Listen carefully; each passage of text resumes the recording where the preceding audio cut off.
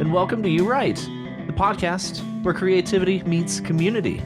I'm Rachel. And I'm Matt. Each week on You Right, we challenge our listeners to write a story in just 30 minutes, using 3 of 5 randomly generated words. It's a fun and fast-paced exercise to spark your imagination and get those creative juices flowing. We'll read your submissions, offer feedback, and discuss the unique twists and turns of each story. Whether you're an aspiring author or just love a good tale, You Right is your place to explore the endless possibilities of storytelling. So grab some Play-Doh, a pair of hands, get comfy, and let's dive into this week's stories. And remember, the only limit is your imagination and 30 minutes. That's right. So let's see what you got. Welcome back. Welcome back. Wow. Welcome back. Welcome back. Welcome back. Welcome back. Yep. Mm-hmm. Okay. Yeah, so, how were your travels? They were so good. Tell us an excerpt. An excerpt, well, of our travels. The day that we arrived, I knew it was going to be special. Awesome. Go on. Just the ride to where we were staying from the airport was just so unlike anything I was prepared for. Wow. Caravans of cars driving down the road to the general elections. Yeah. I believe they were in Kingston. Yeah. And just the whole thing was like, it's just music everywhere. People, like, it was all very colorful. The parties are literally the green party and the orange party. Like, that's their names. Green and orange. And it's just How dancing, exciting. just dancing, and it just felt like a party. That's awesome. Yeah. I wish elections were like that here. Yeah, it felt much more of the people. I guess that's the way it felt, at least. Obviously, I'm so far removed from the culture, I couldn't actually say right like what the elections are actually like, but it was just very unique, very different. That's cool. So yeah, it was awesome. That is cool. Yeah. That's a really cool thing to get to experience. Yeah, first day there. Yeah. But yeah, no, it was an excellent trip. It was very relaxing. I did a ton of reading and actually quite a bit of writing. Oh yeah, I saw that. Yeah. What kind of things did you read? I read a book called The Teachings of Don Juan. Cool. It's a weird book. The only reason I know about it is because of a piece that we played whenever I was when I was in the wind ensemble at university. Wow. Yeah. So that's cool. I actually submitted a prompt for us from that piece, the one Carlos stares at the water and becomes a bubble. Oh yeah. Yeah, it's from that piece that's based off of this book. Okay. Which is essentially about a guy who follows this guy named Don Juan, who is a Yaqui and experiences all the medicinal practices and spiritual practices of Don Juan. And it's trippy as hell. Like, that sounds cool. It's just it's a very analytical approach to like him tripping out with this guy named Don Juan and his teachings. Like it's a very strange marriage of feelings reading it. Yeah. Because some of it is very just like, it feels like cruel and painful, but at the same time, it's also like very spiritual. Okay. And very, like very philosophical. And I'm like, oh my God, Don Juan, like, damn, Don. Damn, dude. Damn, Don. Damn, dog. Like, okay. So yeah, it's a very strange mixture of emotions going through that, but that's cool. And I also started, there's a book that came out very recently that's like short stories from the universe of The Stand by Stephen King. So I started that. I was also reading Lonesome Dove by Larry McMurtry. Okay. Which I read a long time ago. I love Lonesome Dove. I read it a long time ago, but I wanted to go back through it again. So yeah, I'm just slowly working my way back through it. So. That's awesome. I love that. It's been great. Yay. Yay. Woohoo. You feel refreshed. Very much. Very much. And then I was in Denver for 2 days for work. Did you eat at that sushi place? I did not. I was stuck by my hotel, which Miyazaki Den might actually been by our hotel. But that was just so, work. Yeah. So. I know what you're saying. Yeah. I know what you're talking about. Yeah. Okay. Well, How was your break? Oh, break from the podcast? Yeah. Oh, well, I just spent it, let's see here, working. Oh. Which is okay, because classes started back at college. Yeah, I figured you've been busy. Yes, I've been very busy. So now I'm back on my working late every day at my big job to compensate for the hours missed when I'm at my small job. Oh, right. Yes. Yeah. But I have very much been enjoying the semester so far, although we're only like 2 weeks in. I have a lot of French students. Oh. Surprisingly. Wow. That is surprising. Yeah, I didn't expect that. I have a lot of them. They're a very spirited crew. And yes. I love to hear that. Me too. Yeah. And they're very much like, I'm just going to say overall a bit, I don't want to be stereotyping, but above it all. A little aloof, are they? A little arrogant, perchance. But mayhaps. But honestly, I've been really enjoying that because I love confrontation, as I've mentioned before, and they're always trying to challenge me. Yeah, you love a good rise. Yeah. Oh, I love it. They're like, oh, really? Well, I thought that this preposition is, and I'm like, you thought wrong. Oh, is that what you thought? That's really cute. Fools. So I've actually been spending a whole lot of time, more time than usual, grading their writings. Just to butcher it, and just be like, you fucked this up, you fucked this up, you fucked this up. Just lay into them. Yeah, I'm just gonna learn today. Exactly, you gonna learn today. Hey, if you wanna, act like you know everything, well, let's do this. Let's go ahead. Let's get you learned. Yeah, let's get real. Let's learn some things. Yeah. So anyway, but I am having quite a bit of fun with them, actually. Sounds fun. Yeah. Cool. Yes.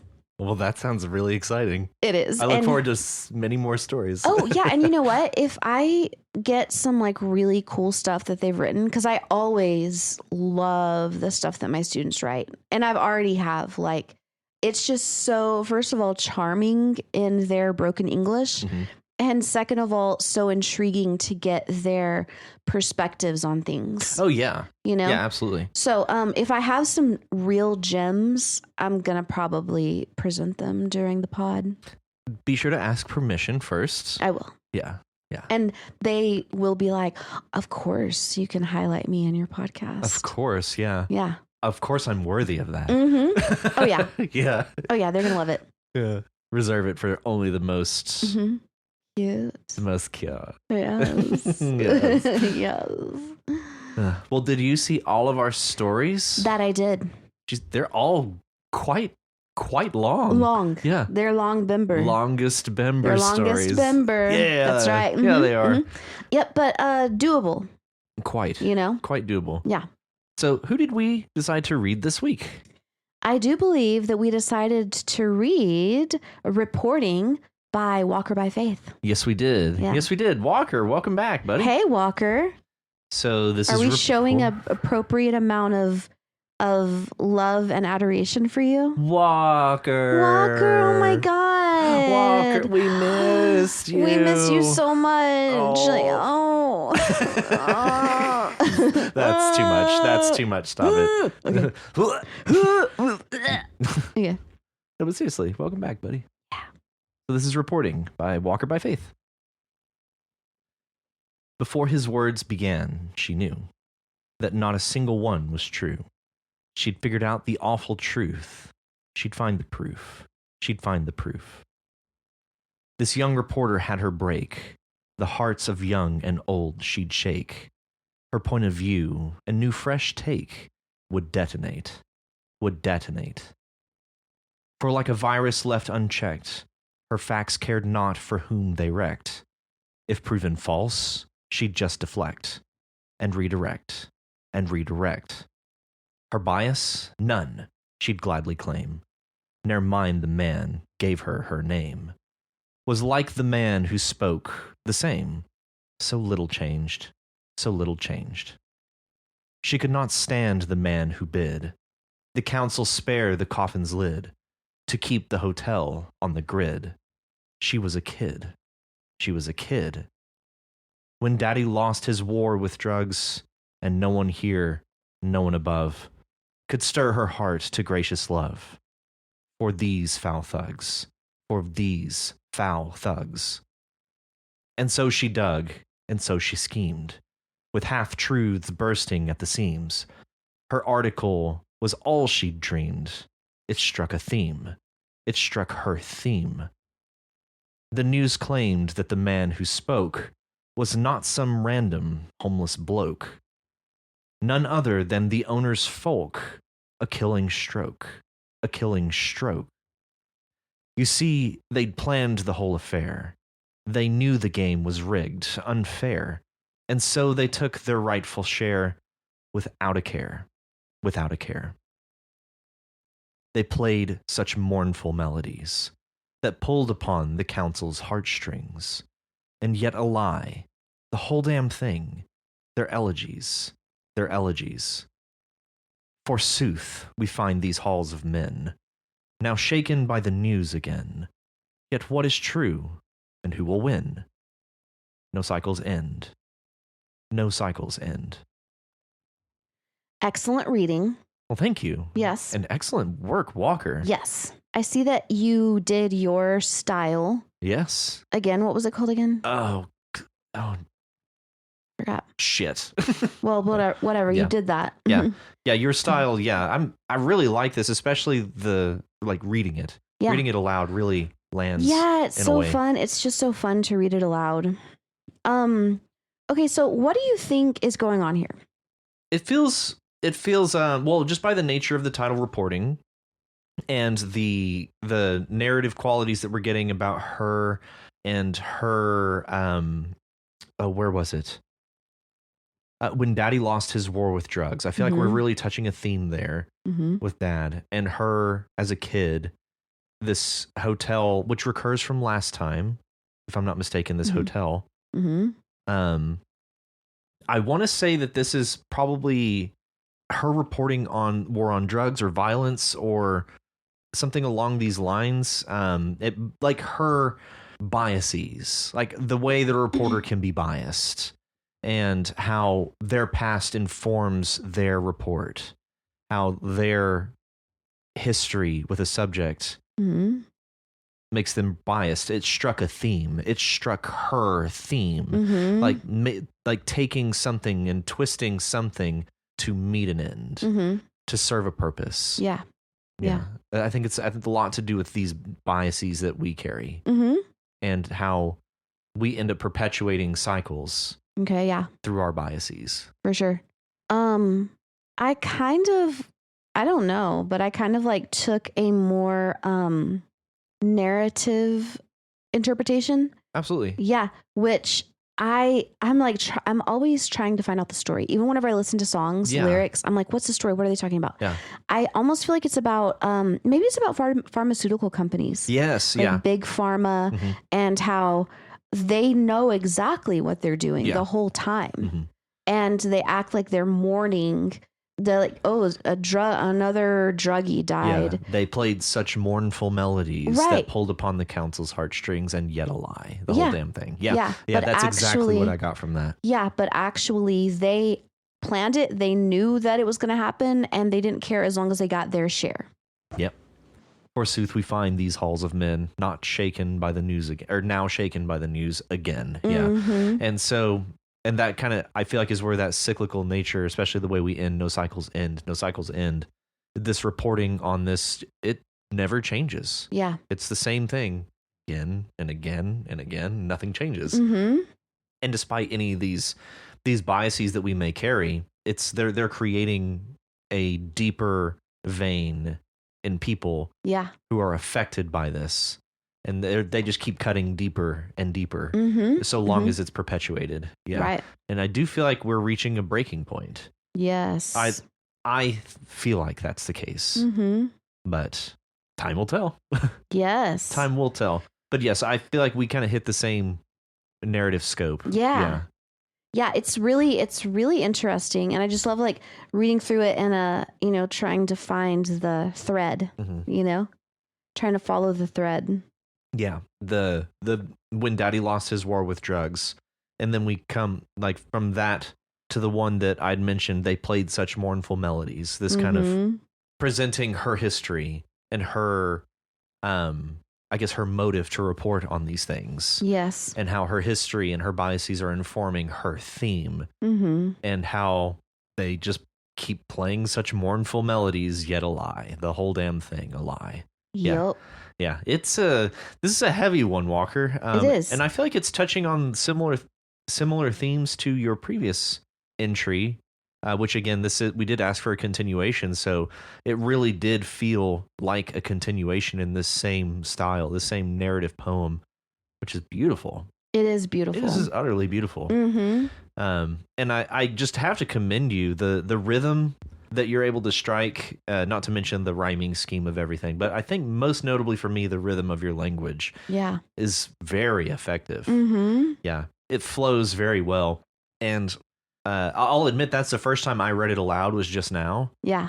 And it really does strike quite different. It does. Reading it hits that way. Different. Yeah. That you have to sit with each syllable for a while. And there were times whenever I was reading it just in my head and thinking like, I don't know if that quite matches rhythmically. But then I just read it and, oh, no, it's perfect. Yeah. Yeah. It works perfectly. Like that. I'll just say it. No notes, man. Like, that's good. Ooh, you got a no note. No notes? That's like a handshake from Paul Hollywood? Yes, from Paul Hollywood. Shit. A Matt no notes is like a handshake from Paul Hollywood. That is giving me way too much credit. Except for without the piercing gaze. The piercing blue eyes. Yes. Yeah. My mom used to be scared of him. Like when he would come on screen, she would just kind of like look away. I can't. Like, avert her eyes. Yeah. It's like a Medusa. Yes. Oh, awesome. I love it. I want to write something in that meter. Walker, can I borrow your meter? I'm sure it's trademarked, copyrighted. No. You got to pay royalties. To write in that meter. Yeah. Yeah. What would you write? Can you give us a verse? You got some bars real quick? Throw down some bars. Man. She gazed upon her TV screen, noting the seen and unseen. Hold on. But while she ate from bowl of bean. I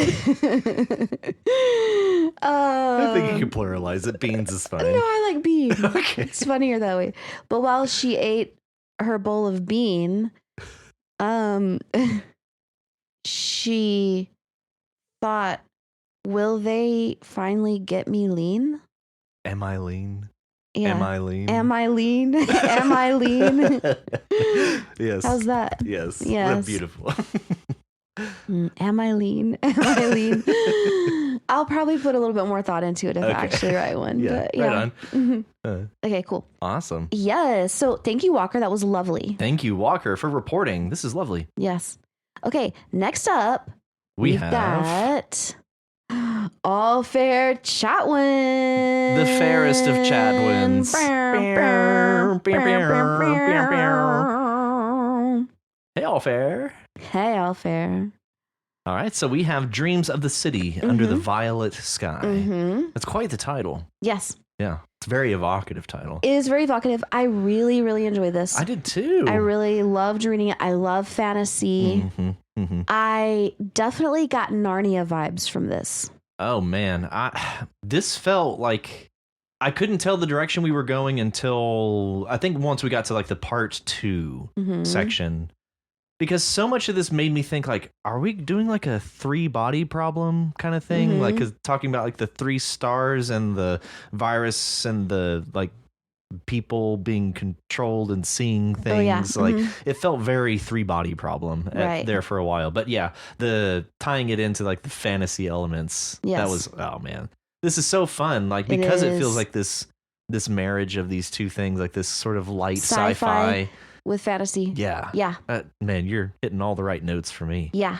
Yeah, it definitely gave Narnia for me because of when the kids go there and they are actually kings and queens and princesses and princes, you know, and they go and claim their rightful thrones in Narnia.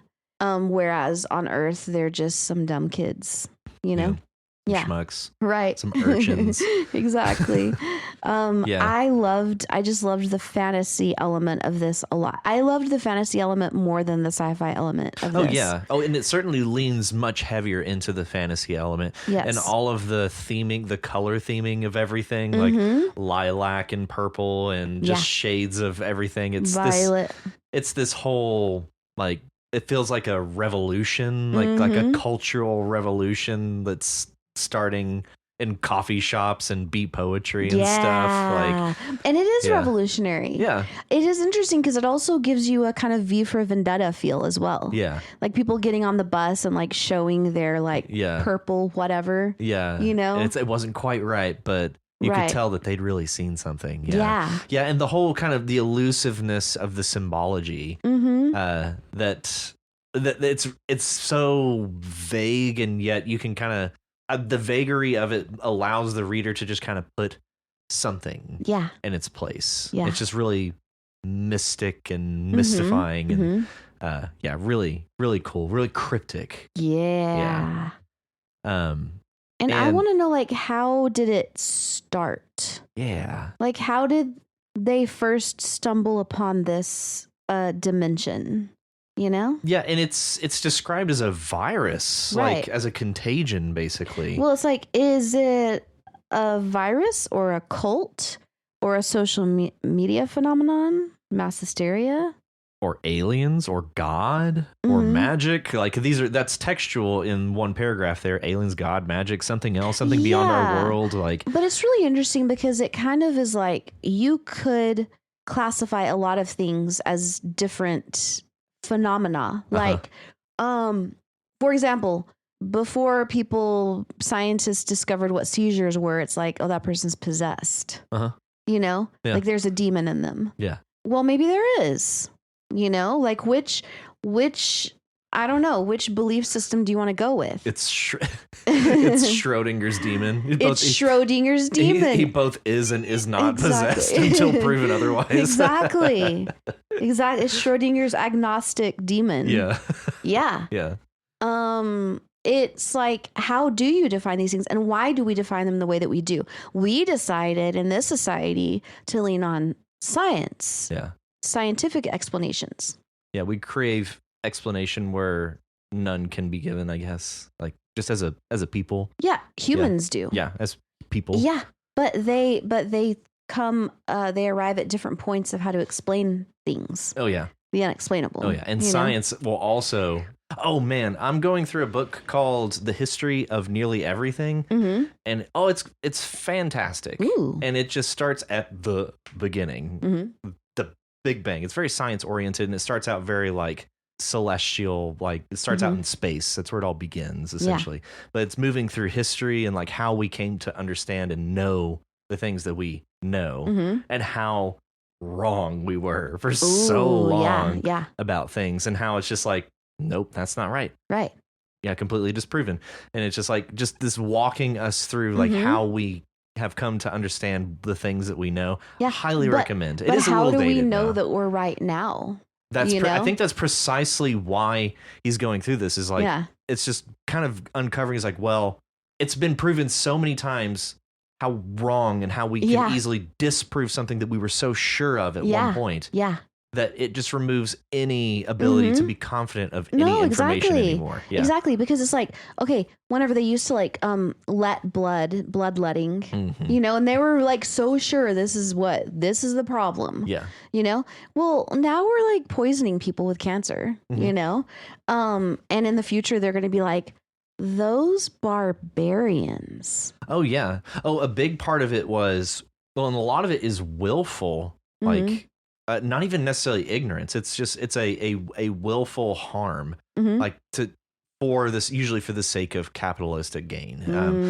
Most notably, at least recently in this book, was the lead poisoning from leaded gasoline and leaded paints and things like that. All because it met a bottom line, and so they would literally go out of their way to prove, quote, heavy air quotes, that lead is perfectly safe and fine and no big deal. And then eventually it just reached a tipping point, and it's like, oh no, it's horribly poisonous. Right. It's so if bad. If anybody's ever going way out of their way to prove that something is safe, it's probably not safe. It's probably pretty dangerous. It's probably very dangerous. It's like those high fructose corn syrup commercials. You know what I'm talking about? They're like, well, yeah, it's got high fructose corn syrup. Oh, that's bad. Wait, why is it bad? What do you mean? High fructose corn syrup isn't bad. It's actually good. It's just that high octane sugar. Right. That's really basically all it amounts to. It's just uber sugar. Yeah. But it's like the fact that you're trying so hard to prove to me that it's safe is making me think that it's very dangerous. It has this kind of counterintuitive effect, I guess. Yeah. And that's actually funny, like that's kind of where we ended up, because that's sort of the same feeling I got from a lot of this, is like, this all sounds way too good to be true. And also, like, there's a part whenever right here. I dream about it every night, added Lisa. I'm someone else there. I wear a mask and a fancy gown, and I've got this palace with all of these people dressed up for a ball. I'm invited. They all act glad to see me and announce my presence. I'm someone special there in my dreams. If I get there, I'll be like there for real, forever. Yeah. Like, that sounds too good, man. And then it also, there's a point whenever they get to, this is the place. It's one of the best places near us where we can go for the real stuff. Sounds like a freaking drug dealer. I was about to say, it sounds to me like they're tripping balls. Yeah. It sounds like and I don't know if that's part of the messaging here too. Like that's the government, or that's part of it, is like, it's being suppressed to a point, like, you can only get the real stuff from a black market. But who knows if it's actually innocuous, or if it's poison, or like, the whole messaging of it is so vague, and like, I feel like so much of this could be red herrings that I'm so curious. Like, this just makes me very curious. Too. Yeah. What if I was like, is Insara backwards mean like acid? Say like acid. Yeah, or like I was thinking the same thing. Like, it could very easily be spelled backwards, but Insara. It could very well be that they are tripping balls, because I've kind of had some of these sensations before. Some of this seemed familiar, to be honest. Yeah, it didn't feel completely foreign. No. Yeah. I'm like, you know what? I feel this to some extent. Yeah. Well, and part of this also just feels like apocalyptic. Yeah. Like, so much of the language strikes me as like end of days, end of times. Like, she's coming. The true world's mother. Be prepared for her arrival. The queen, clad in all violet, has risen again, and she calls out to us. If we can help her find her long-lost daughter, the key may turn in the lock, and the door can open. Beware, the old world that came before will be reborn, and woe to those unprepared. Yeah. Very apocalyptic. Very Ghostbusters. Yeah. Yes. Are you the keymaster? Yeah. When he's on the streets being like, the coming is nigh. Yeah. Or whatever he's saying. Yeah. It is nigh. Yeah. Yeah. Oh man, I need to rewatch Ghostbusters. He's like, are you the gatekeeper? Yeah. He's the keymaster. Yeah. Yeah. Are you the keymaster? Yes. Yes.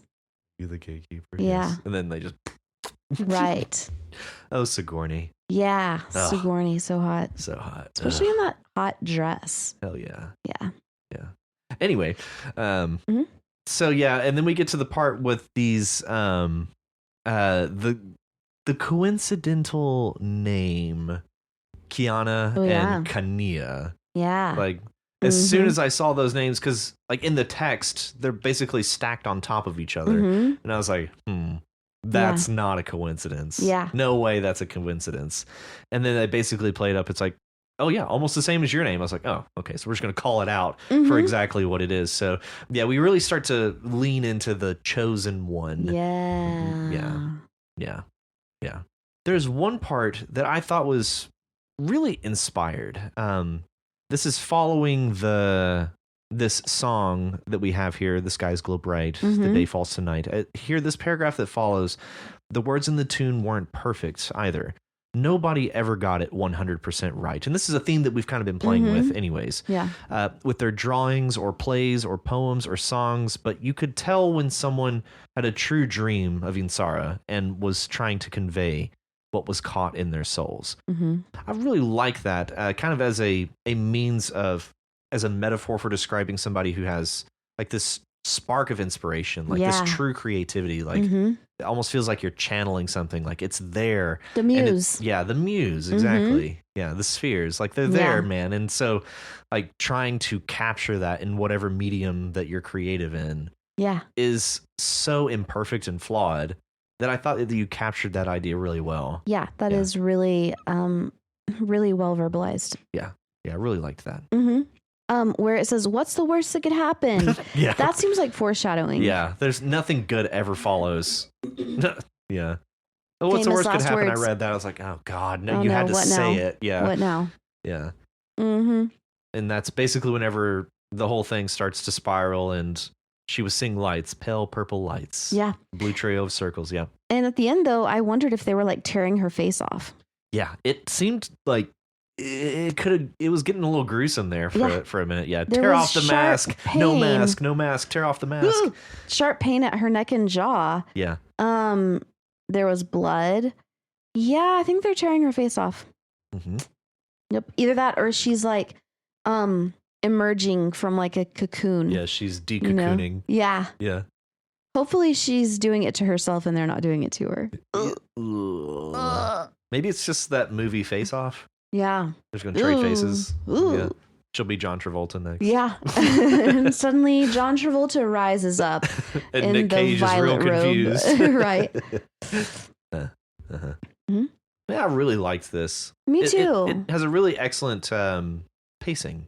Yeah. Really good pacing. I want it to continue actually, but I noticed that Chatwin said that they were in the middle of like several projects and weren't really putting forth effort on this one. Oh, wow. So, yeah. Damn, Chatwin. So that makes me think that it might not continue, although I would like it to. I would as well. Yeah. Yeah.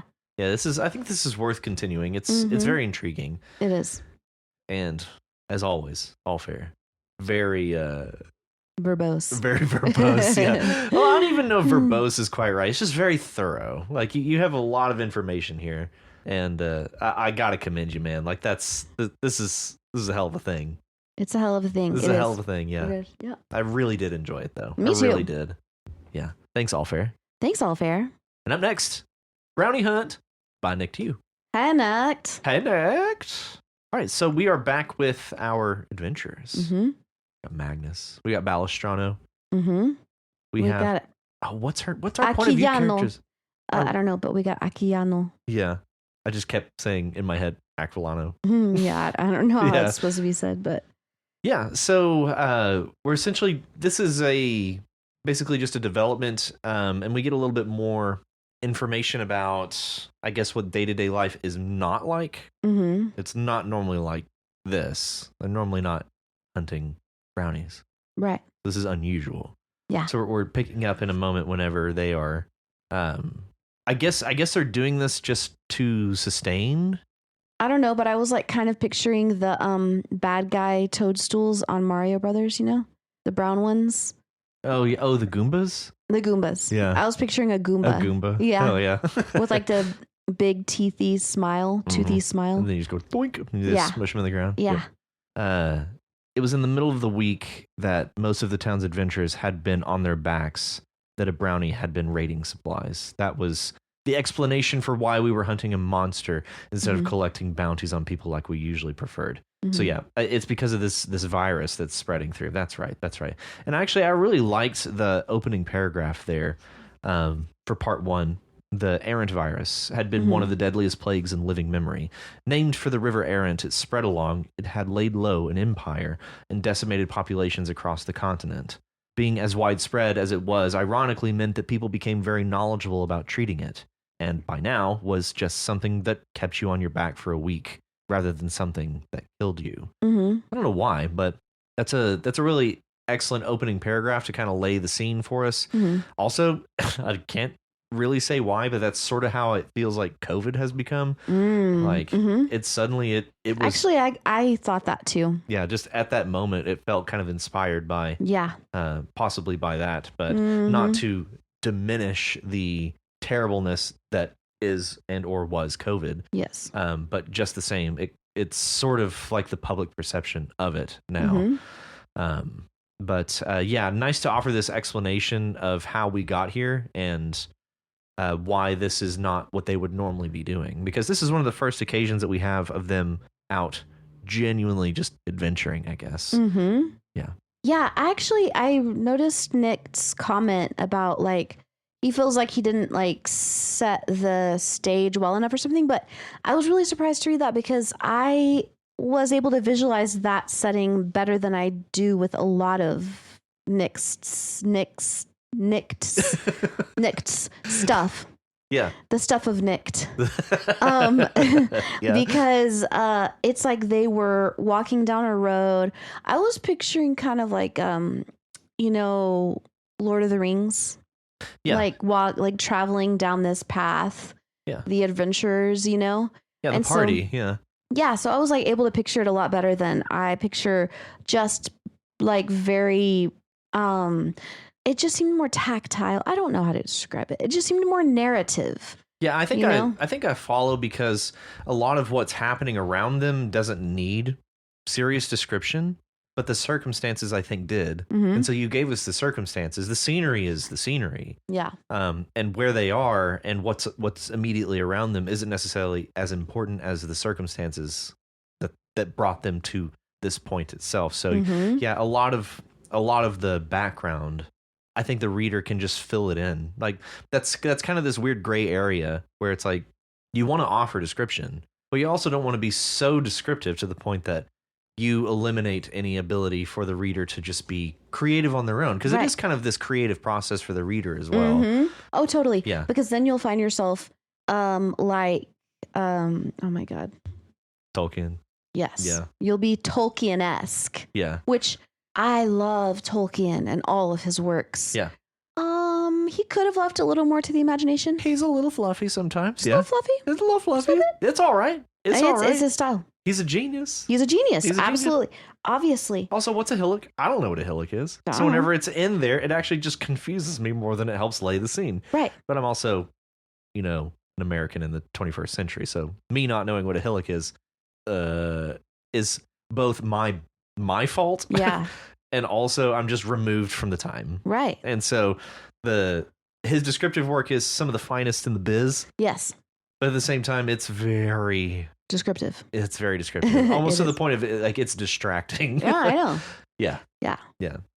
Love me Tolkien though. Same. Love me some Tolkien. Same. Yeah. Dios mío, same. Dios. Dios. But yeah, so I think you struck a nice balance here. I agree. Offering up the circumstances and letting the reader fill in this scene. And also whenever we get to this part where Magnus says, there's a stranger on the road, Magnus said flatly. Indeed, there was what looked from a distance like a halfling man with a red cap and blue shirt and pants. He waved his arms at us eagerly to get our attention. It's simple enough. He's in the road. You give us the description of exactly what we need. The circumstances are what's important, not, that the road is compacted with ruts from wagons rolling down it. But that's still what I pictured. Yeah. Like, I'm able to fill in these details despite you not providing them. So, but it is kind of creepy that he was like waving eagerly, Yeah. Because it was like he was trying to fuck them up, I think. Well, yeah, because he's the brownie. Right. Yeah. I know. So it's kind of creepy. It was like, he was like, hey guys, hi. Yeah. It reminded me of like a horror movie. Yeah. He rang false. Yeah. Yeah. And we almost immediately get that. Balistrano cleared his throat, confirming that this was the brownie. Yeah. Oh yeah. Goomba. Yeah. Rachel just pulled up a great picture of a Goomba. Yeah. A cute one. Yeah. But I think in this moment, if anything, you might want to lean into the brownie's attempted subterfuge and maybe give us a little bit of time to think as the reader, like, wait a second. Yeah, I agree. This feels a little off. Give us more reason to think that this is off. I agree. a little time with the suspense because you immediately go from this guy's in the road, it's a brownie. Right. Yeah, obviously. Yeah. Or that on the flip side, that could all be meant to build up Balistrano as like, well, duh, this is the brownie. Mm-hmm. Yeah.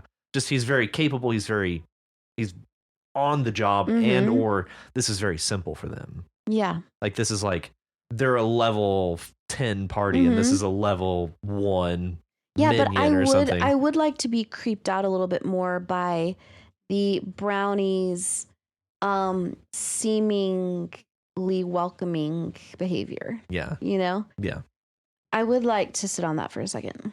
Yeah, and especially considering what we get later, the confrontation between the party and this brownie, it seems like a pretty balanced interaction. Like they had trouble, like they struggled with this quite a bit. Actually, I say quite a bit. Like it wasn't devastating, but it wasn't easy either. So yeah, them discovering that it's the brownie felt a little imbalanced, I guess. So yes. give him a little bit, give the brownie a little bit more credit for his efforts, I guess. Yeah.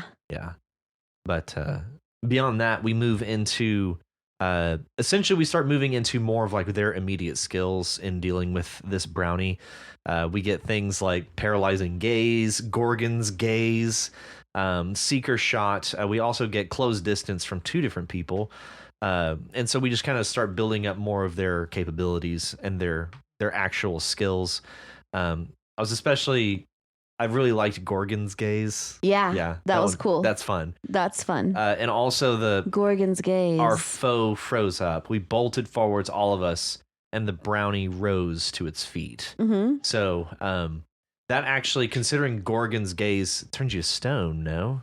Yeah. Yeah. So I think you could also clue us into, it's like maybe it's not a very powerful skill yet because the brownie was able to basically get up and like, okay, you know, it stalled them for a while, but it's I think or maybe the paralyzing stare or whatever it's called overrode the Gorgon's gaze. Maybe, yeah. Like they got their streams crossed, you know? Yeah, never crossed the streams. Right. Yeah.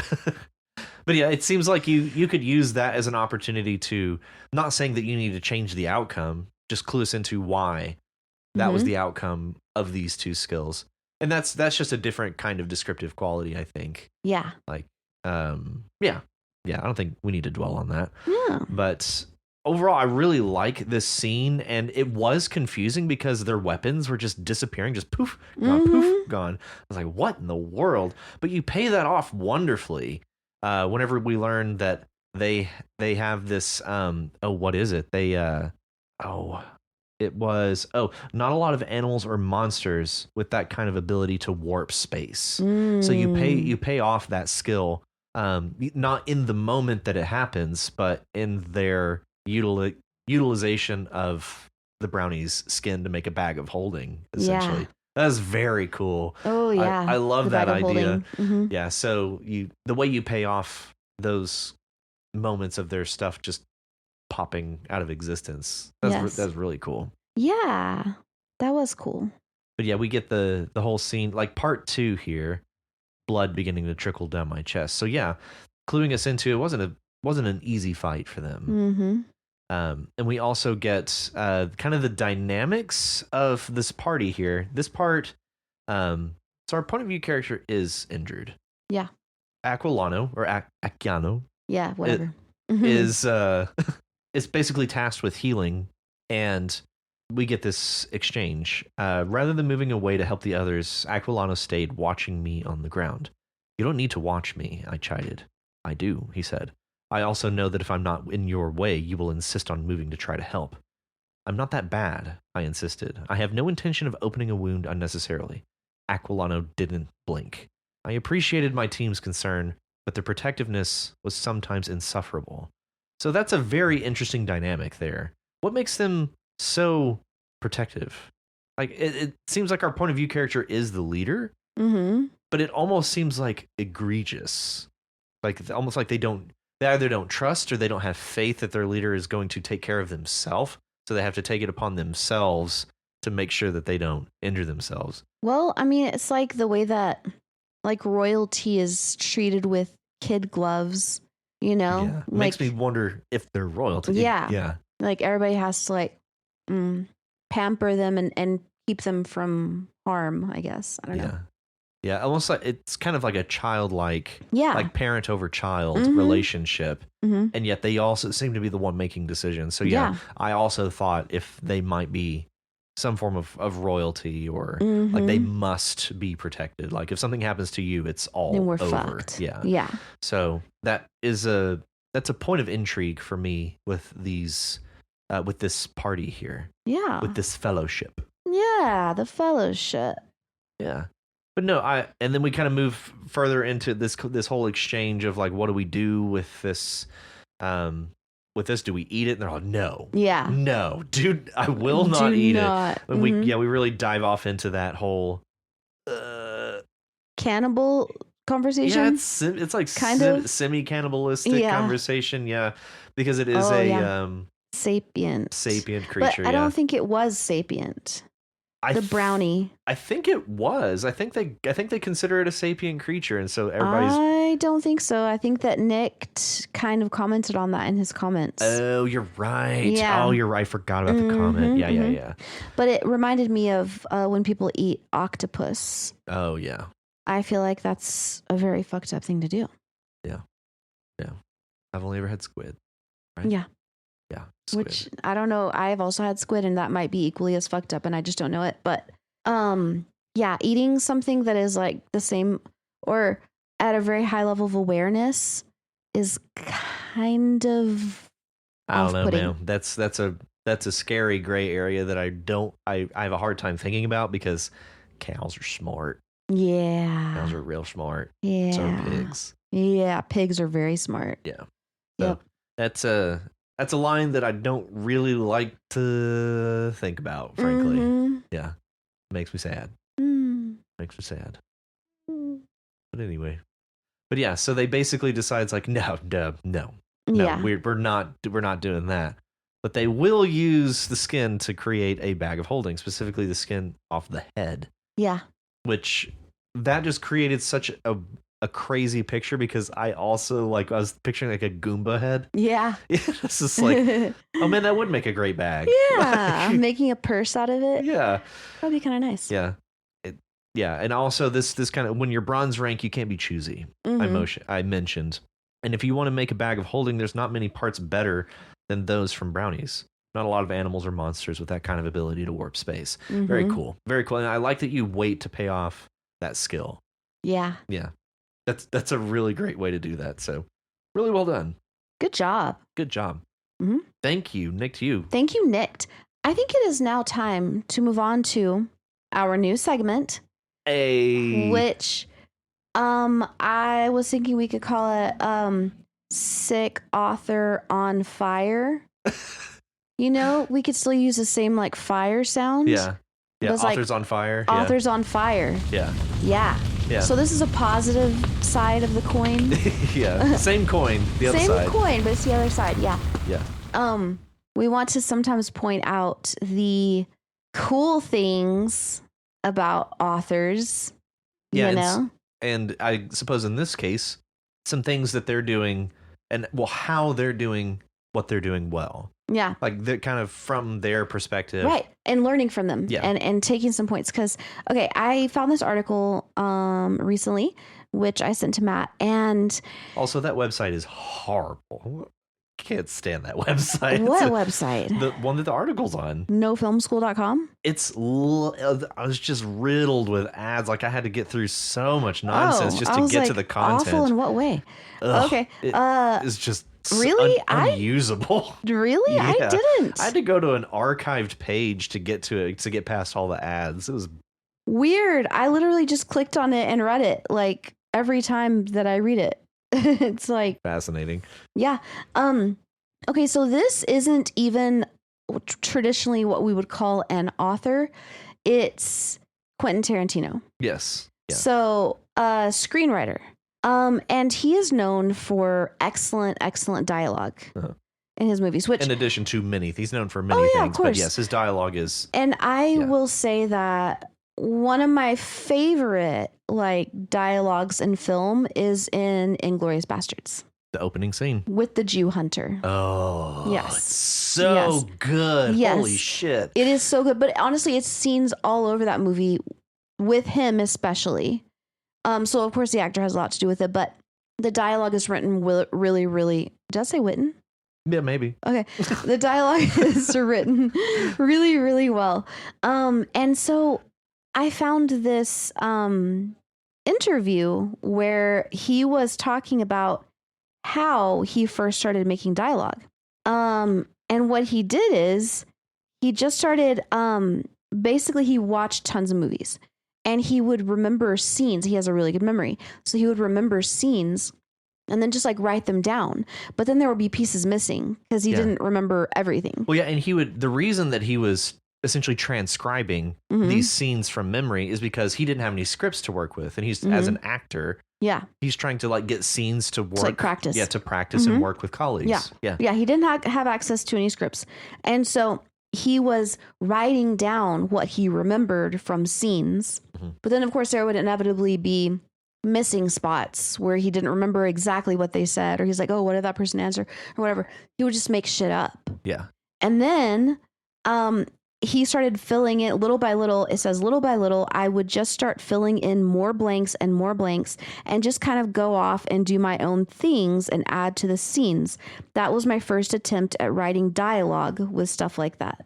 And I love that idea. And I really want to try that. Yeah. Actually, I've had that idea for a prompt but you run into weird copyright things. As a matter of fact, have you seen the movie? Oh God. Come back to me. I'll find it. Because honestly, it's not even just, it doesn't have to be just movies.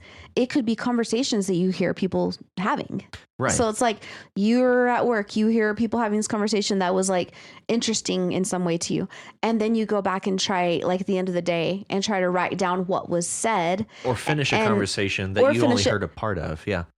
Yeah. And there's going to be blanks and you fill in the blanks with your own imagination. And I just love that idea as like an inspiration for dialogue. Yeah. Yeah. Taking something incomplete and try to complete it. That's the movie was Finding Forrester with Sean Connery. It's a movie from 2000, but that's essentially kind of what the movie is. Sean Connery is a famous writer who's like gone into basically, he's a hermit now. He never leaves, doesn't publish anything anymore, but he's uber famous. Yeah. And this student goes and he somehow finds him and he ends up taking him on as like not really a protege. He's just like kind of a tutor to this writing student. And he gives him the opening to a story that he never really published. And the story ends up becoming amazing. And awesome. So like that's kind of the premise of the movie. I don't want to get too far into it, but that's more or less kind of the idea behind that, just starting from something and then just doing your own thing from wherever it began. Yeah, I love that. Yeah. I love that idea. It's just like, I feel like it would be so easy to get inspired. It like gives you just enough structure. Yeah. You know, to like get you going, but it gives you enough freedom to be creative with it, you know? It's kind of an extended version of our intro line prompts. Like a more structured and a more, the story would almost be defined to some degree because you'll have a style, you'll have a perspective, you'll have, tense, and everything is all defined for you. Like if you're just starting at one point, but also I like the idea of just dialogue as well. Just starting with a conversation between two people. Like, okay, finish this conversation. Yeah. Or you could even write the whole scene. Like if you see two people talking and you know like where they are, and you could start to write that, but then like elaborate on it, add things that weren't really there, just like, you know, make it your own. Oh yeah. Oh yeah. I had many ideas like that while we were on our vacation in Jamaica, just around other travelers, around other Jamaicans who were there. Just, you're around so many different people. It's genuinely inspiring. Like you're around people that you're never around. Right. Yeah. Yeah. And so there's just so many like characters floating in my head from people that we met. I love that. It's utterly fascinating. Travel is so inspiring. Oh, it is. Yeah. That's awesome. Love it. Hell so I'm going to post that in the post-op or postmortem, sorry. Yeah. In the postmortem, if somebody makes a postmortem, if nobody does, then I'm not going to post it. We'll get one up there one way or another. And so I'm going to put that there so that y'all can read it and get inspired. Right on. Yeah. Get it. Right on. Hey. These are the jokes, kids. Those are the jokes. We got the jokes. Slay Quentin. Slay Quentin. Slay Quentin. Quentin. So yeah, that is our Authors on Fire. Hell yeah. And you're going to add that sizzle in there, right? Of course. Yeah. Okay, awesome. Yeah. All right. So it looks like next up we have our very own Matt Said Words. Hi, guys. With Sleep, hijo. Sleep, hijo. Yes. Yeah. Okay. So Matt, this was so interesting. Yeah. Yes. The point of view character was so interesting because I feel like it was an amalgamation of you and Kim and also made up people as well. Oh yeah. Yeah. Oh, totally. Yeah. No, totally. But I feel like, I don't know. I could see it. I don't know if this is true, but I could see you actually being in, where is that place you were at? Santa Fe? Ruidoso in 1990, whatever. 1999. Yeah. Oh, like, yeah. I feel That like was that drawn actually, from my childhood. Yeah, I figured that it was. Yeah. Oh, 1,000,000%. And of course, the Mexican stuff, like, I know you got that stuff from Kim. Actually, some, yes. No, I mean, not like her life necessarily, but just like the. Well, a lot of what I know of Mexican culture does come from my having known Kim for so long. I also, this character I feel is more inspired by somebody I actually went to school with. Ooh, okay. Who both parents spoke Spanish native, and her mother spoke English, like very broken English. But they did not teach her daughter Spanish. Wow. And so that's so weird. Confounding is how I described it. Yeah, because like, how could the mom and daughter like have a deep relationship that way? Oh, fraught. Yes, absolutely fraught. Okay. So that's I don't know where that just crawled out of my memory while I was writing. Was this relationship that they had? Or I say relationship. I didn't really know their relationship. I know it was strained. Yeah. But just the same, like that is sort of what came up. Like most of, as a matter of fact, I brought this. I wrote almost all of this by hand. Ooh. First. Cool. It was up to the point where it's like I was mortified. I understood nary a syllable whenever they're at Abuelita's house. Yeah. That's as far as I got, but that's it. Cool. All right there. He's showing it to me right now. So it's real. Yeah. This just had a different like pacing, a different rhythm, a different voice because when I'm sitting in front of my computer, I have that backspace button. It's just right there. And I'm like, no, I don't like that. Do something else. Yeah. And so I have this horrible, indecisive nature about my writing. And this is so like, it's ink on the page. And it's like, there's this level of commitment. Yeah. It's like in stone. Yeah. And so I didn't stray from that. I wanted that to be part of it. I love that. And it gave it this kind of like madness feel. Yeah. And I just let that kind of I definitely felt the madness in the first part. Yeah. I felt a lot of madness. And I'm just like, I was kind of lost in the first part. I'm just like, what the fuck is going on? Perfect. That's exactly where it's supposed to be. And so, yeah. And it's like, okay, what really happened here?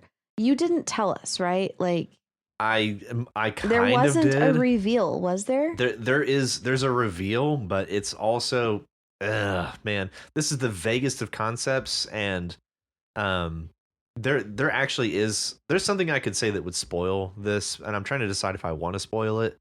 Okay, so by the time we get to the end of it here, where he's having this conversation with his mother, it's like I can't say what it is. Like, I'm too scared to open my eyes. I'm too scared to see it. And basically the idea is that this paragraph right here, my surroundings crash in my ears, weighty in its silence, crushing in its emptiness, blinding in its darkness. I'm untethered from time, adrift in space. I am lost. I am lost. I am lost.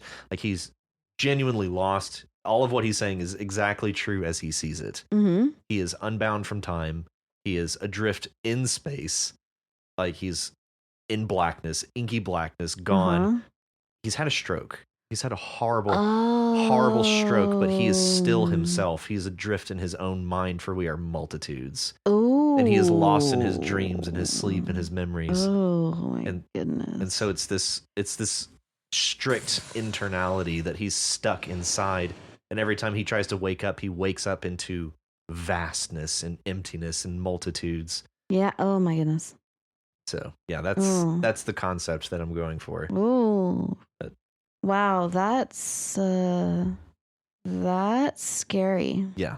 So I'm trying to write it like horror because it is horrifying. Mm-hmm. And I wonder what it is that the mom is wanting him to say, though.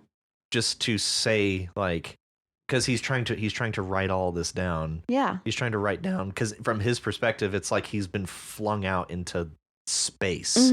Like he's adrift somewhere, in the Andromeda galaxy, or for all we know, that is exactly what it's like to be in a K-hole.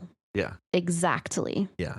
But no recovery. Yeah. Yeah. No recovery. You're there. Yeah. And it's like you're trying to, like, all this. Okay. So the premise comes from I want to say it's a TED Talk. Yeah. It was a TED Talk that I saw forever ago. Somebody describing, like, somebody who is a psychologist, I believe, who had a stroke. And like they were just lost in their own mind for like years. Wow. And just them describing the sensation of like coming back from that and like trying to compress what felt like a universe back inside your own head. Yeah. And just being lost in that, lost in your memories. And yeah. So that's why I chose first person perspective. That's why the tense is all over the place, because you're bouncing between the immediacy of the problem to these memories that keep coming up, to these peaceful moments that you want to just live inside, that you just want to crawl inside like a blanket, but you can't because it's not now, it's then. Yeah. So the madness was for a purpose. Yeah. Yeah. Wow. Okay. Yeah. You definitely captured that. Like, definitely captured the madness. And I mean, it doesn't quite. It seems like horror when you tell me that they had a stroke and that's what's happening. Yeah. But at this that's point, exactly what I wanted too. Yeah. I didn't want it. I wanted to feel like this kind of homely and happy and like, but something's wrong. Yeah. I mean, you nailed that. I really just like how you throw in. I really liked the paragraph talking about the balloons. It looked like many colored balloons held up by as many strings tied to a basket. I remember as a child watching that light as I dozed, thinking I were in that basket, drifting up, and I couldn't see the ground or the mountains or anything any longer, and the stars shone above, and the balloons of red and blue and green washed my face in its hues and mixed upon my skin, and I was happy. I was safe there in that basket of magical balloon light. I really like that paragraph. I really liked writing that paragraph. Yeah, that's fun. That was that felt like free writing. Like it just, and also what ran through my head whenever I finished writing that, I was like, that reminds me of our critique of A Million Pieces of Shit. It was like, because he would just throw and. But that was a choice. Like, that was a stylistic choice. It can be used as a choice, yes. One thing though, grammatically, like, I remember as a child watching that light as I dozed, thinking I were in that basket. It should be was. Thinking I was in that basket. Yeah. Because were is for the conditional. So thinking that if I were in that basket. Yeah. Excellent. Excellent to qualify that. Thank you. Yes. Oh yeah. Perfect. Okay, cool.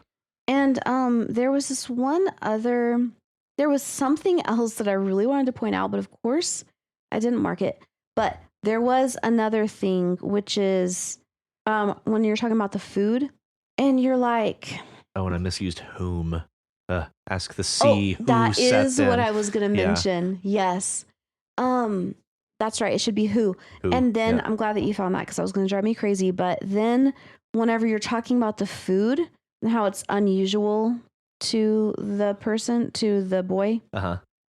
And you say palate, you used the wrong spelling of palate. Oh, okay. Cool. Yeah. Because it should be PALATE. Because pallet is a thing, but it's a wooden thing that you load stuff on. Okay. We're talking about Yeah. Like mouth palette. Yeah. Mm-hmm. Or paint palette. Yeah. Mm-hmm. Okay. Yeah. Oh, wow. I don't think I ever knew there was more than one spelling. I'm an idiot. No. No, actually, I think paint palette is PALLETTE. Yeah. But when you're talking about food and tastes, yeah, then it's PALAT. Yeah. Okay, so I like all the little descriptions of like visiting the abuelita and the dialogue. It's like very rich. It's painting a very rich picture. Okay. Yeah, because it's like I don't know. Sometimes I feel like things are kind of they're not filled in enough. And I feel like this was very well filled in.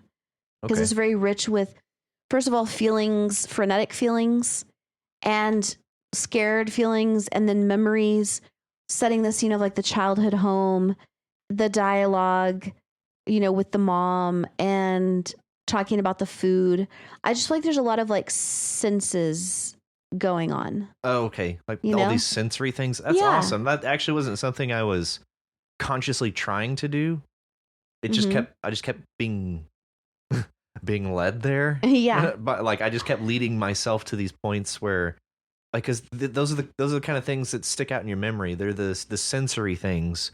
And so that's I don't know, that's just kind of how, cuz it felt like I was remembering things of myself, things of people I know. And so it's like these are the memories that I have, and they're all around these sensory moments, I guess, around food, around climax, around a fight, around a moment in light. Like, those are all just like, that's how memories work. Yeah. Like that's why you remember them, is because they're special, and they're special because of something that you sense, something sensory. So right. That's cool. Yeah. I hadn't realized I was doing that. It's very immersive. Awesome. It's a very immersive experience. Yeah. I really liked it. Awesome. Yes. I had a great time writing this. I think I speak for us all when I say we had a great time reading it. Yeah. I felt like I was one of the few times I really did feel like I was channeling something. Like there's something I wanted to say, or I needed to say, or it was just like there. Yeah. And it just kept happening. But I wrote this actually in one sitting. Wow. But I say one sitting. Each of these parts, 1, 2, and 3, I wrote each of those in one sitting. Okay. So. Yeah. I quite enjoyed it. I did too. Yay. I'm glad you liked it. Yes. And I'm glad that you told me that it was a stroke, because I would just be like lost. Yeah. Well, that's okay. So part of that is intentional. Like, because we're in first person, like he is lost. He is lost. Yeah. Yeah. And you're like, you don't know what's going on. Yeah. Like the anchor of the story is that there is no anchor. Right. Yeah. Yeah. So whenever I finished it, I realized that I felt like somebody might think that I'm trying to lean into like a House of Leaves style or something, which may be true. I love House of Leaves because it's just so unhinged, like so untethered.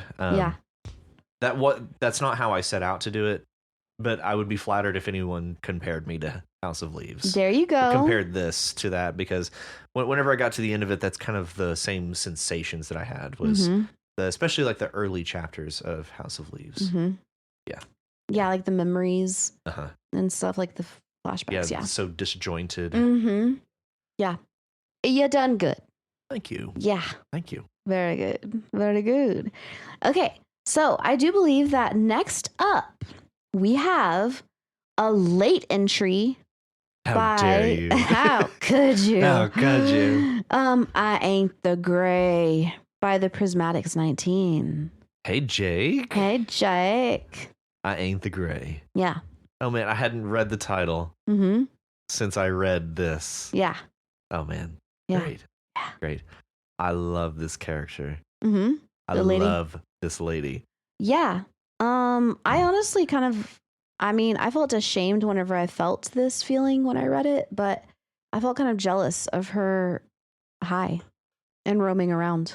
Sounds solid. I know. And also, what a great way to experience a high. Like, totally. Just go on walks, man. Yeah. Hell yeah. Get high, go on a walk. Hell yeah. Get your exercise in. Yes. Yeah. Like, it sounded so fun whenever you're living in a shitty village, you know? Katie's got it figured out, man. Yeah. I love this patois. I love this the dialogue, like the way that Katie speaks. Yeah. Mm-hmm. Her dialect is so it's so great, to the point that I was actually like filling in things that I felt like it was like, oh, this is how they would say that. Yeah. And it's like, yeah, it would just almost be unreadable in some places if you try to lean into that too much. But in my head, I just kept like filling in like even more stuff. I don't even know how to say it, but I just really love that you lean into this. And also from a technical standpoint, how difficult is it typing this out to keep your word processor from like,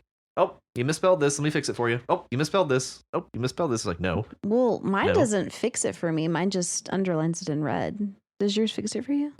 For some things, it will like autocorrect. Oh. Yeah, there's some autocorrect, not nearly like what my phone does. Right. But for some things, yeah. Annoying. Yeah.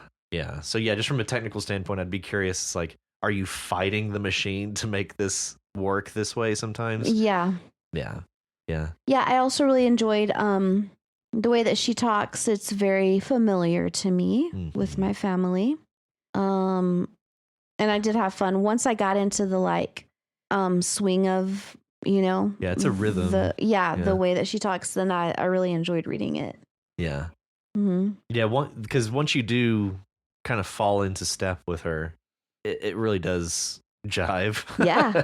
Yeah. It jives. Yeah. The old lady in the town. The old lady is a town church. The only one I know around here. And the only one what's been open since I was young. Yeah. Yeah. It just, yeah, it's great. Yeah, she's just such a colorful character. She is. Anyway, the town I live in is called Constance. We're a small village up in the Smoky Mountains here in Tennessee. Can't be more than 200 folks. I love Morton. Yeah. Morton. Yeah. 200 folks. This is just exactly how my family in North Georgia talks. Yeah. So, I mean, not exactly, but they do more weird things, but all of these things are definitely things that they say, you know? Yeah. So it just seemed very like natural. I like. Now, town that small, you might just end up high on a Saturday night with nothing to do. Most folks will just lay around the house and float on it or get to cleaning. Me, though, I like to go on walks. Yep. Yeah. Yeah. It's that sentence right there. Now, town that small. Yeah. Not a town. Now, town that small. Yeah. I can't get over. I love reading things like that. Yeah. It endears me so much to the text. Yeah, totally. Yeah. Yeah. But so the first half, or I say first half, this first part of 3 is basically us in the perspective of Katie and her basically stumbling on the events of what we read about last time and became the Gray. Yes. And this is the first that we're learning that, there was witness to the horrors. Transformation. The transformation. Yeah. The becoming. Right. And so I really like her perspective on this because she's approaching this from like a spiritual thing, like saying, I shouldn't be able to see this, but takes it as a sign that if I can get in there, then it's a sign from God that I need to. I forget how she words it. Like to get right with God or something. Yeah, never saw the inside of it before that night though. I'm a little iffy on Pastor Stephen. My mama told me how great Pastor Sampson was when she was a girl, but she always told me that Pastor Stephen seemed a little wet behind the ears. Yeah. I agree with her. Even if I don't know for sure how to put my own finger on it, he just gives me the creeps. Guess I know why now, don't I? Yeah. Yeah, anyways, but what she doesn't know is that Pastor Sampson was also drinking that Kool-Aid. Right. Yeah. You know? Yeah. So maybe after a while, after you've been doing it for a while, then you don't creep people out anymore? Must have. Mm-hmm. So in this last paragraph, anyway, I go to the door of the shed and I'm a little scared on account of I don't want to get on the wrong side of the pastor. And as far as I knew, no one was allowed in that shed but him. I decided that if the door was open when I walked around the corner, it was meant to be. God had sent me there to get right with him. Yeah, to kick my habits, be a good person. Yeah. So I turned the corner in. What do you know?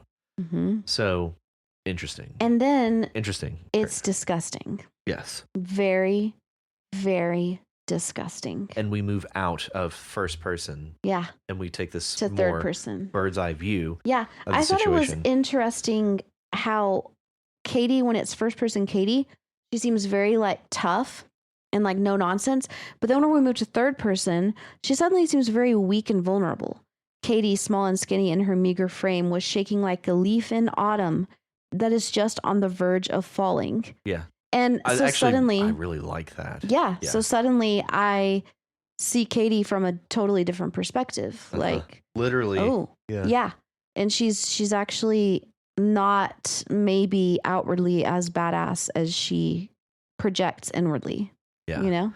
Yeah. That juxtaposition between us in her shoes and us seeing her from this third person perspective. Yeah. It's very effective. Yeah. It's very effective. And it really strikes in like, oh yeah, she's a drug addict. And she's frail. She's skinny. She's strung out probably. Yeah. If that's what she does, meth, like on the reg, then she's probably going to look kind of rough. You know, she's probably going to be not like in perfect physical shape. Yeah. Did she say it was crank? Is that? Yeah. Yeah. Yeah. So we get a more, I would say, true accounting and picture of who Katie is and like her demeanor, her stature. And this gets nasty. Gross. Oh, it's gross. Ew, Pastor, you're nasty, bro. Yeah. Yeah. And then we find out that all of the previous pastors, I'm assuming, are kind of trapped in that blob. Yeah. Yeah, they've been assimilated. Yeah. Yeah. It reminded me of the monster in John Carpenter's The Thing. Have you seen that one with Kurt Russell? Is The Thing the same as the Blob? No. Okay. If you haven't seen The Thing, okay, this Halloween season, holy shit, dog, we're gonna watch it. Okay, I'd love to. It's one of the scariest movies I've ever seen. But have you seen The Blob? Yeah. Which is older than that. It's from like the 50s. Yeah, 50s or 60s. Yeah, it's color, isn't it? Yeah, it's in color. Yeah, it's color. So, and it's like assimilating everybody. Yeah. You know, it's like folding them in. Oh, yeah, it just like rolls over. Yes, and you become part of it. Yeah. Oh, gross. Oh, man. Dog, we gotta watch The Thing. Okay, sweet. Oh, it's so scary. Oh, I think that's one of the scariest movies out there. I love The Thing. Wow. Okay, I want to watch The Thing. Good. But yeah, it very much gives me strong The Thing vibes. I want to know though what happened to Katie, because it's like something was interrupted. But she got attached by the blob as well. Yeah, this is like its way of like, go forth, my child. Yeah. My disciple. And propagate. Propagate it large beyond this shed. Almost like these pastors have had this thing under control for a really long time, and this is its way of like attempting to break free from its prison, maybe. Yeah, like basically they're using it, and this is its way of escaping its bonds. Yeah. Ugh. It also kind of strikes me like a Venom, like from Spider-Man. Yeah. Like maybe it's, I don't know. This is wild and extremely well described, dude. Extremely well described. Yeah. Although she wouldn't remember this detail later, what upset Katie the most was the swirling gray patterns that moved all over the pastor's body.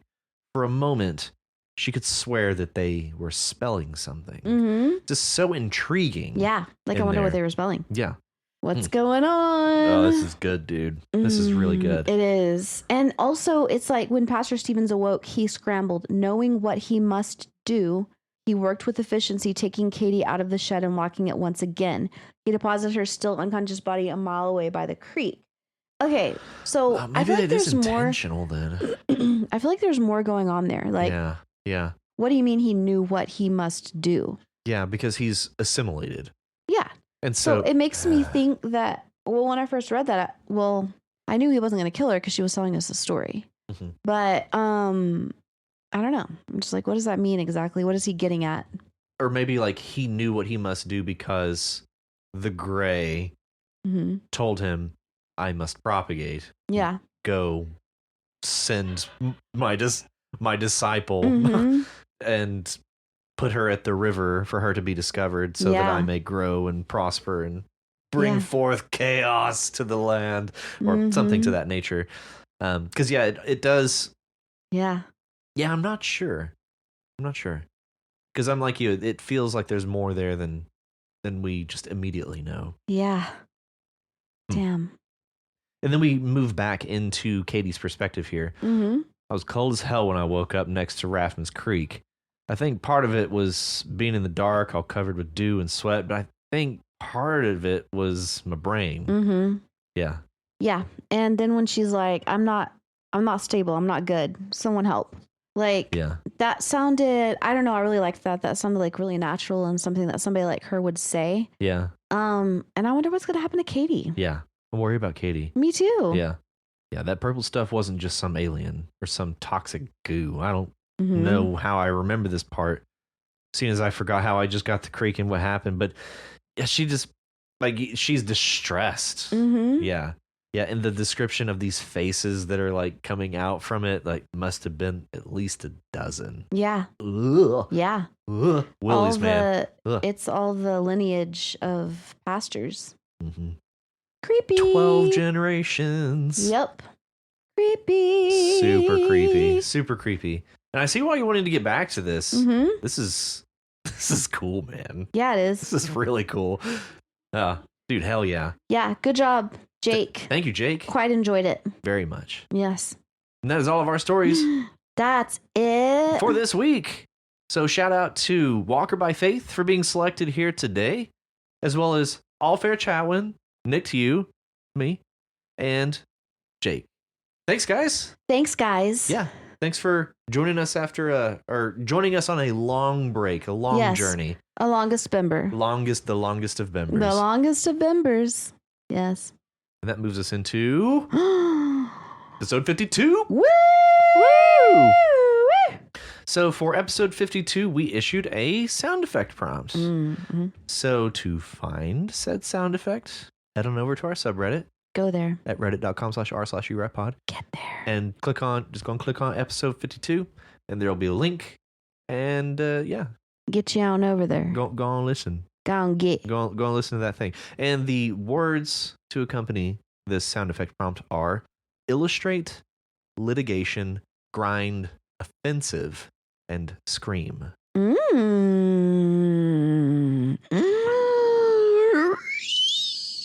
Illustrate. What you got? Illustrate. Okay. This is illustrate is definitely a verb. Yeah.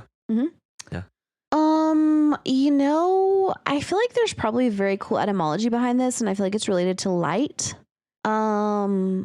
Loose. Yeah. I feel like that's probably where it comes from. Loose. Yeah. But I almost want to say it might be from Italian. It might have come to English from Italian. I don't know. But I know that it's originally from Latin. Illustrate is like to paint a picture. If you like illustrate something like physically, then you're like drawing it or painting it. Like showing, like making it a visual representation. Making in a visual representation. That's what I'm going to say. And it could even be a mental visual representation. Yeah. The origin is just Latin. Okay. Yeah. Upon, so in is upon, lustrare is like illuminate. Yeah. And then it just combines it. Yeah, it's just Latin to Latin to Latin to illustrate. Yeah. So like it comes from like illuminate, shed light on. Yep. Yeah, just straight up Latin. Yeah. Straight Latin. No other derivatives. Okay. Yeah. And you can illustrate a point.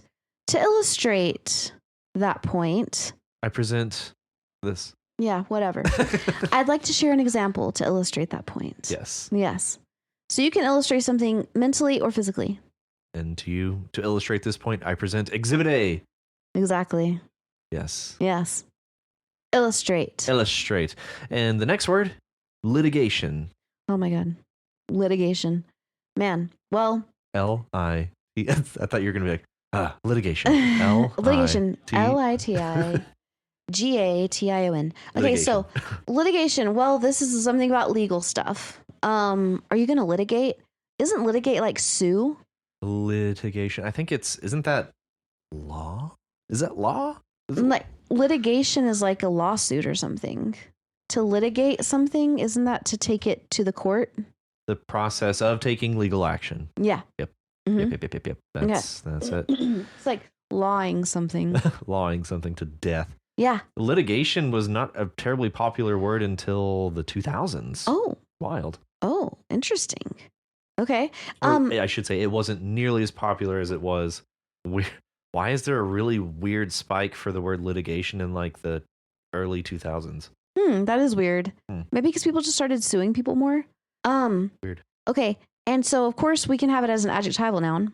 The litigation station for all your litigation needs. My favorite form of this word is litigious. Ooh. Yeah. Oh, that is root. Yeah. I like litigious because I like to describe, whenever I'm talking about cultural differences, I like to describe U.S. society as very litigious. Yeah. Because people always be suing people. Yeah. Like, all we do is sue each other. I've never sued nor been sued, but I'm always reading about. I've been threatened 3 times at work. Interesting. So, yeah. Touch me and I sue. Yeah. Touch me and I sue. Touch me and I sue. I like the definition for this: unreasonably prone to go to law to settle disputes. Yeah. It's like everybody's suing everybody. Like, I like that it's not just prone to, but it's unreasonably prone to. No, it is. That describes it perfectly.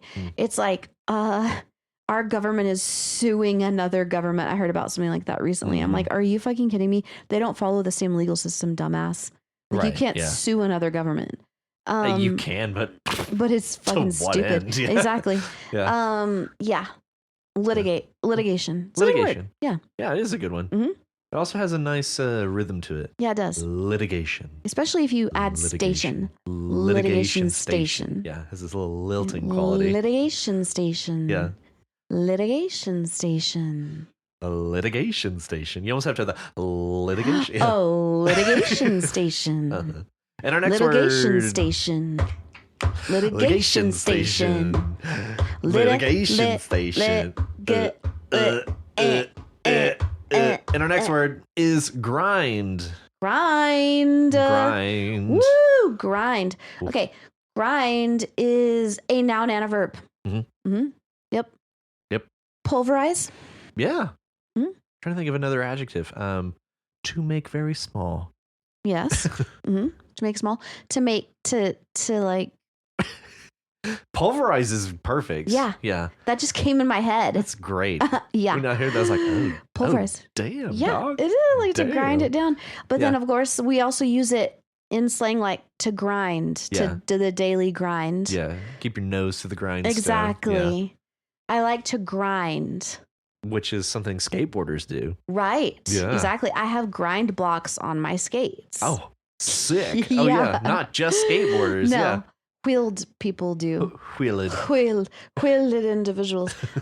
Grind. Okay, there's also like the dancing grind, which is whenever you like. Which is the dance move that's just sex. It's just sex with clothes on. Yeah.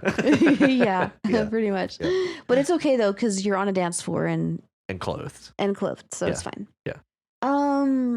Grind, man. You grind coffee. You grind coffee. You grind Pulverize. spices. You grind all kinds of things. I know of 2 types of grinders. Ooh. There's a burr grinder. Yes. And there's a blade grinder, which is basically just like a blender. Right. Yeah. Yeah. Yes, I know about those as well. Yes. From the Bucks. From the Bucks. From Bucks. And our next word, offensive. Ooh, offensive. You might consider the dance move grinding offensive. Some might. Yep. Offensive. Well, interestingly, this can be an adjective and a noun. Yeah. I find that offensive. No, not a verb, a noun. A noun and an adjective. Okay, I get it. Okay. I thought you. I totally misheard you, and I was like, verb? Did I say verb? I might have said verb. I probably misheard Adjective and noun. So as a noun, on the offensive. Yeah. Yep. Welcome to the offensive station. The offensive station. No. No, not quite. No, because it actually is a noun. Station. Yeah, it actually is a noun. The offensive. I'm now on the offensive. Yeah. I'm on the defensive. I'm on the offensive. Yeah. It is basically representative of being, right? Because the other side is just defense, offense. Right. Defensive, offensive. Yeah. So it's implying a state of being. As like your noun, right? Am I misrepresenting? Are you trying to talk about the difference between defense and defensive? Like in this offense case, and offensive? Offense and offensive, like in its noun form. I'm on the offense. I'm on the offensive. I almost see like offensive as being like I'm seeing movement involved. Like the movement is happening. The offensive, you're like doing the thing. Yeah, it's a state of being. Like I feel like it's a state of doing. Where I feel like being on the offense is a state of being.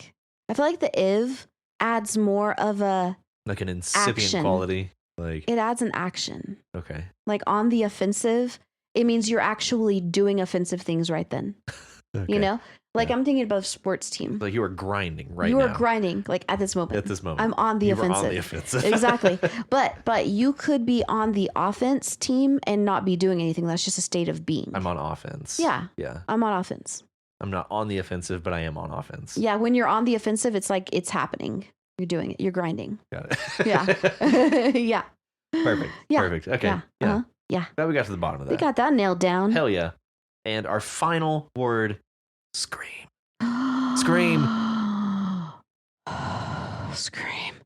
Well, it's an exclamatory, like sentence.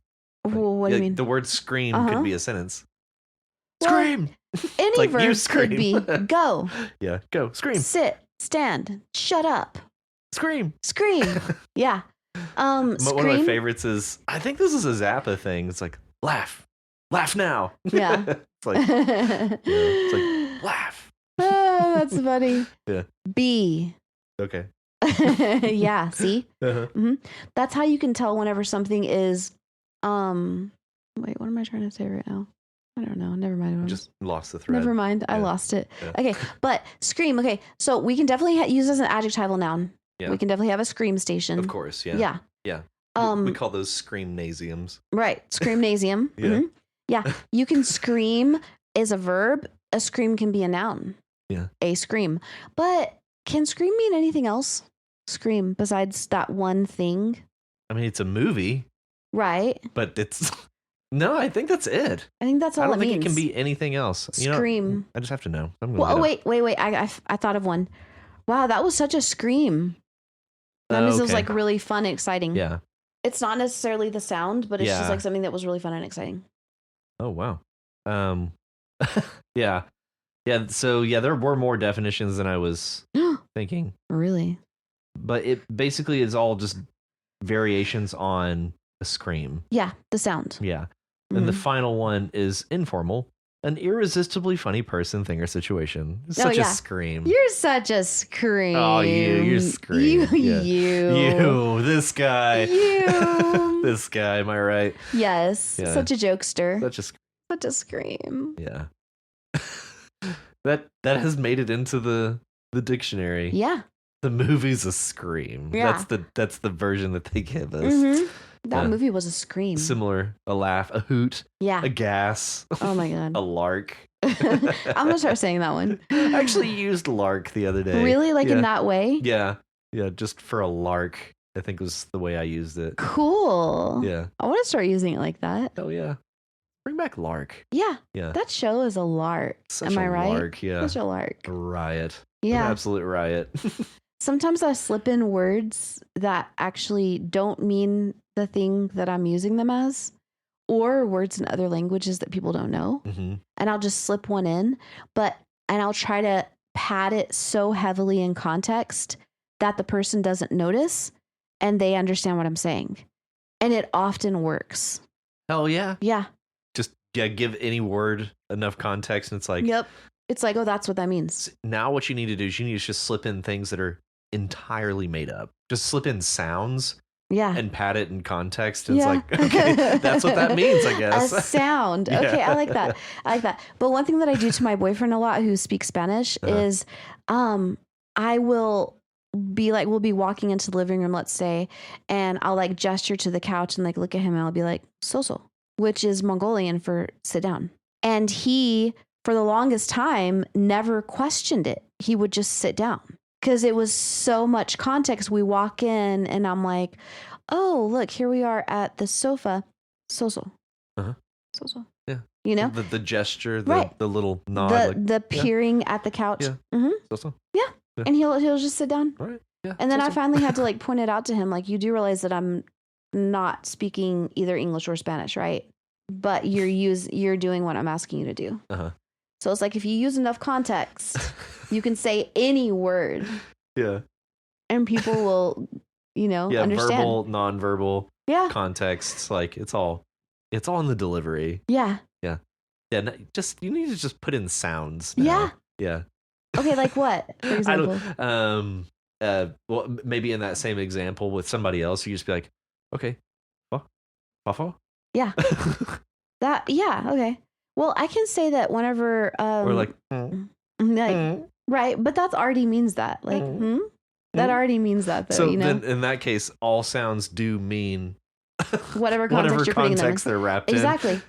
Like so we do that anyway, I guess. Used to, I would call my mom, and when she answered, I'll be like, yeah, and she would be like, we do this all the time. We do it all the time, and she knew that I was meaning hi. Yeah. and then and then she would ask me a question and I would be like and she like knew that I was saying I don't know. Just because it's like context, yeah. So yeah I love it. It's fun. So those words again, illustrate, litigation, grind, offensive, and scream. Woo. And if you want to be like these wonderful writers and submit your story to You Write, head on over to our subreddit at reddit.com/r/YouWritePod. If you are unable to submit a story this week, that is fine. You can help out by reading and commenting on other people's stories. Each time you post a story or leave a comment on someone else's submission, you increase your chances of having your story read on the podcast. You can also reach us at yourwritepod@gmail.com. If you like our show and want to help support us, consider donating to our Patreon at patreon.com/YouWrite. And if you're unable to donate, I get it. You can help out just by sharing the podcast, with other writers and non-writers alike. If you haven't already, be sure to subscribe to the podcast so you know as soon as new episodes are available. Also, be sure to leave us a rating and a review, please. Pretty please. In your podcatcher of choice, please. And remember, join us next week on You Write, a podcast where you write. I'm gonna watch that man right out of my head. It's been a while. I'm gonna watch that man right out of my head. We'll see y'all next week. Those are the only words I remember. Okay, well, here we are.